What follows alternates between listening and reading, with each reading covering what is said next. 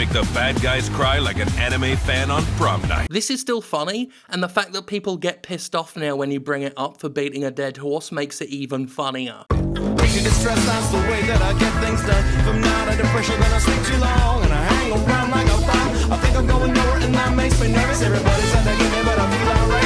Everybody's at the game, but I feel alright. Everybody's at the game, but I feel alright. Everybody's thinking about me, but I feel alright. Everybody's at the game, but I feel alright.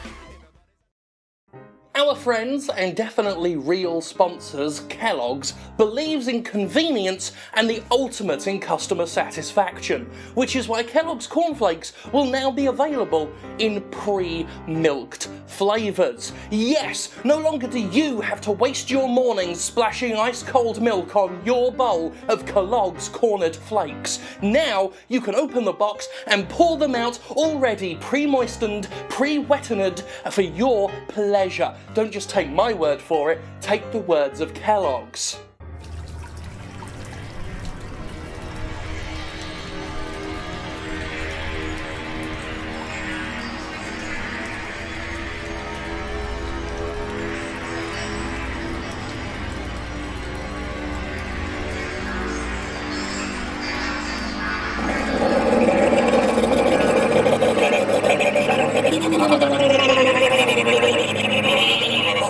PlayerUnknown's Battlegrounds came out of nowhere to become a massive sensation, one of those dark horse successes I didn't know about until literally every single human being in the entire planet we call Earth but me had played it. A survival shooter occupying what we're now apparently calling the Battle Royale genre? Battlegrounds has seen praise heaped upon it, but is currently getting dragged in the user reviews for a variety of reasons. Like previous early access darling Ark Survival Evolved, Battlegrounds is learning that in the world of pre-launch games, if you don't tread lightly, you're gonna make a lot of unwanted noise. The reason for Battlegrounds' trouble is twofold. Firstly, a number of players have been receiving bans for allegedly harassing popular Twitch streamers and using their live streams to accurately pinpoint and kill them, something that's against Twitch's own rules. The problem arises from the fact that such a transgression is actually quite hard to prove, and the lack of evidence has resulted in many bans being hotly contested, with the general consensus seeming to be that many players have been unfairly ejected based only on assumptions. Complaints have alleged that they were banned for things as mundane as honking a car horn near a live streamer, though that is apparently a harassment tactic, while Battlegrounds' developer Brendan Green states that player data has backed up allegations of so-called stream sniping, and therefore all bans are objectively justified. It's essentially a massive case of they said, the accused are claiming they did nothing wrong, some going so far as to say they don't even watch Twitch streams, while the developer says the evidence is incontrovertible, yet provides none of said evidence to the public. It's a whole bunch of drama that put the community in a less than pleasant mood. So how exactly do you smooth over all the uproar and put this drama behind you? You put microtransactions in your premium game, that's what you fucking do! Yes, the $29.99 game, which is not yet out of early access, went further down the Survival Evolved rabbit hole by including new paid content in a game that many would argue shouldn't be diddling around with additional monetization when there's real content to finish. The loot box system, which has rapidly grown to become the biggest fucking disease affecting premium games today, is part of the Battlegrounds experience. Containing random costume items, these rewards can be purchased using an in-game currency, which has been fine and dandy until a special new kind of crate arrived. The Gamescom Invitational Crate required keys to unlock, and you know what that means. Yep, keys cost $2.50 for a single use. As with all of these glorified gambling economies, the contents were, like the player responsible for Battlegrounds, quite unknown.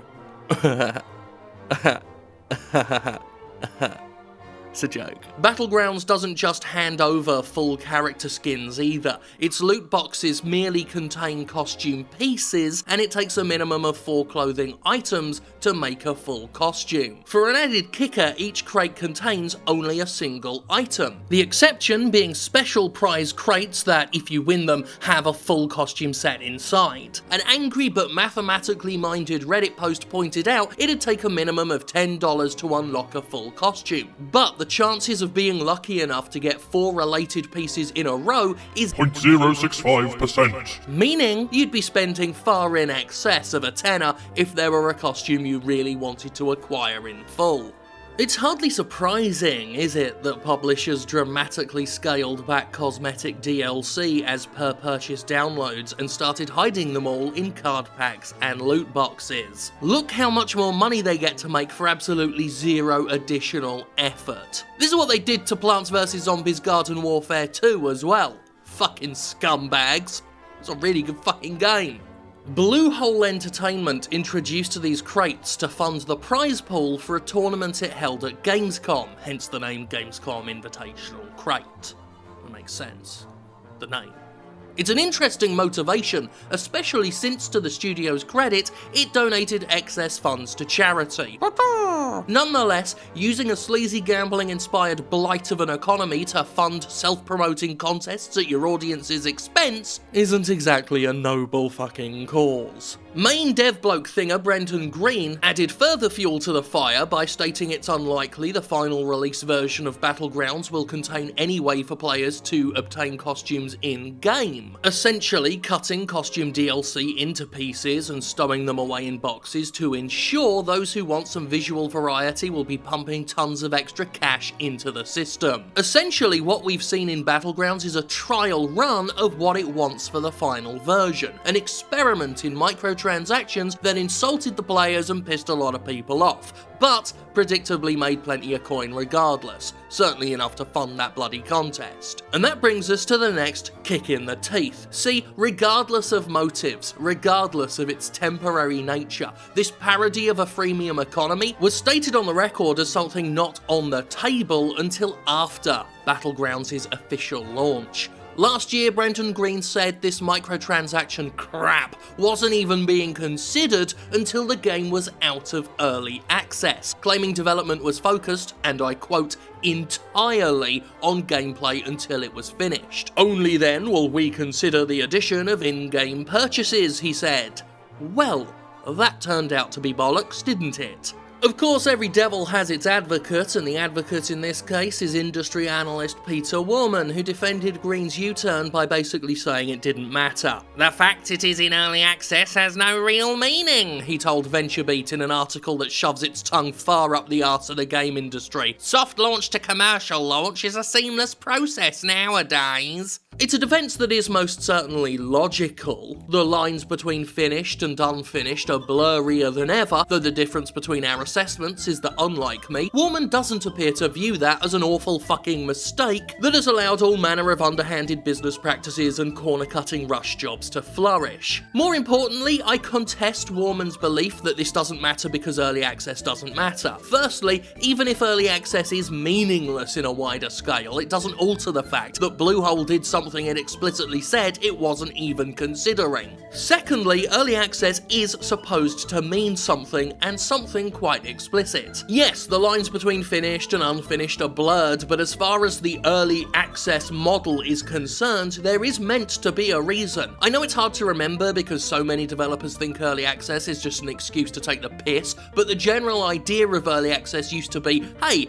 game development's expensive, fund us for what we made and we'll keep making it. Early access means independent developers raise money and get priceless QA testing direct from the paying customer. Fuck, people are paying you to do a job that you'd normally pay them for. That's an incredibly sweet fucking deal, and that's why I think it's especially insulting to ask the paying QA testers who paid to QA test your game for more money so you can hold a tournament in your own honour and lay out the groundwork for your future fee-to-pay economy. Oh, and Peter Warman also had this amazing further defense of Battlegrounds. It actually provides a way for fans of the game, and they already have a lot, to express their enthusiasm in money voluntarily. Imagine the Miami Dolphins not selling jerseys for a year. Fans would go crazy.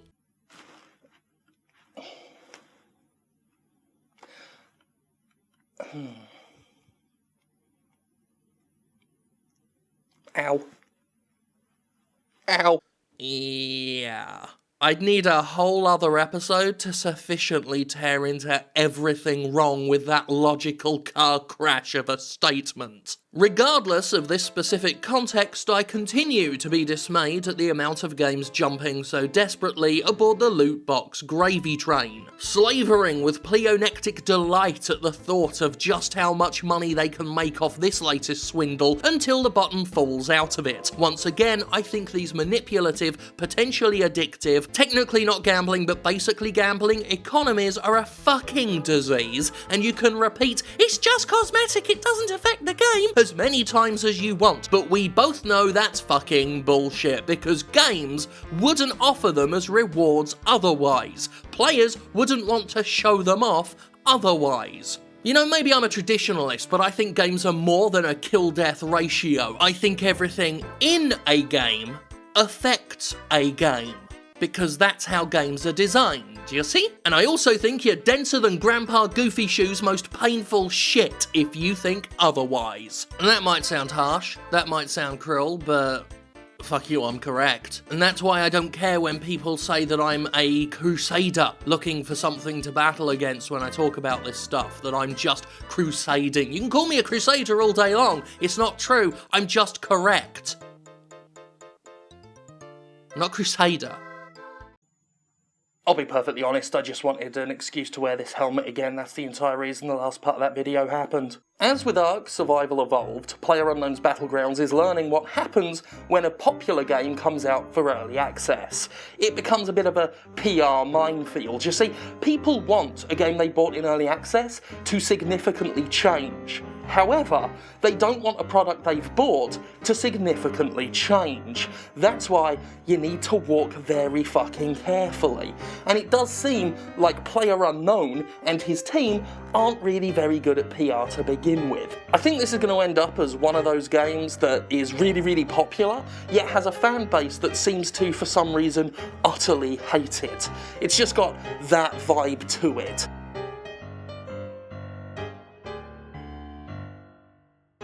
This is fun.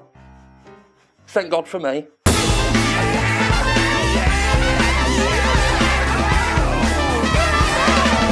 Everybody's thinking about me.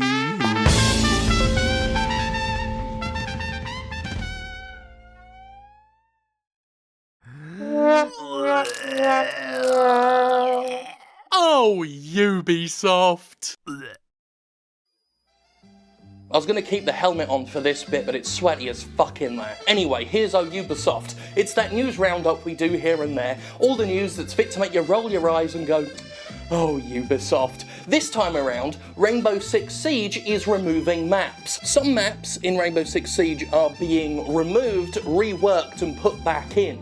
But Ubisoft has said that because of data sizes, some of the maps being taken out will never come back. After the coming season of Rainbow Six Siege content, because of course games come in seasons now, there are some maps that are just going to be taken out and not put back in. Content is going to quite literally disappear. Ubisoft's whole data size thing is vague and sounds a little bit bollocksy, but I do think it's funny that it sounds like Ubisoft has just brought out so much DLC, they're not allowed to bring out any more and have to remove stuff if they want to put new stuff in, which just sounds so very, very Ubisoft. But at any rate, it just seems a bit shitty that content is going away. And I guess there's a new thing that's going to be happening in the game industry. That's just a new thing to get used to. Maps in games just disappearing. The idea of a game removing content post-launch sets a rather worrying precedent, sets a rather worrying tone in an industry that loves you to pre-buy stuff, to buy into seasons with their passes and stuff. And not only do you not know what you're going to get with that stuff, now, because of this, fuck knows if you're ever going to get to keep it. This news follows the fact that Mario plus Rabbids Kingdom Battle, or whatever it's called, is coming out with a $20 season pass that includes weapon skins or whatever, and access to story DLC that's coming. So there's another game that's going to cost $20 more than the MSRP leads you to believe, because these season passes are becoming more and more crucial, and they're containing more and more content pertinent to the game, more and more content that looks like it probably should have been part of the game to begin with. But with regards to the true cost of games, we'll be talking about that in future. For now, let's just roll our eyes and go, oh, Ubisoft.